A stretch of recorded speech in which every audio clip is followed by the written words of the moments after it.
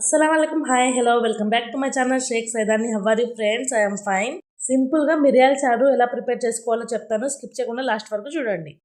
First టమాటాలను చింతపండుని మంచిగా ఉడికించుకోవాలి. ఆ పులుపుతనాన్ని బట్టి వాటర్ వేసుకొని ఇక మిగిలిన తొక్కలు పడేయడం, టమాటా చింతపండు తొక్కల్ని. నెక్స్ట్ అయితే ఒక గిన్నె తీసుకొని నేనైతే కుక్కర్ తీసుకుంటున్నాను.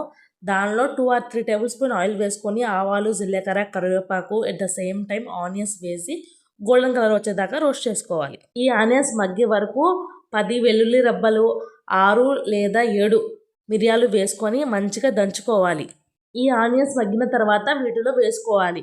వేసుకున్న తర్వాత మనం ఆల్రెడీ ప్రిపేర్ చేసి పెట్టుకున్నాం కదా రసము, చింతపండు రసం అంతా వీటిలో వేసి ఇంకా కొత్తిమీర, కారం, ధనియా పౌడర్, పసుపు, ఉప్పు వేసుకోవాలి.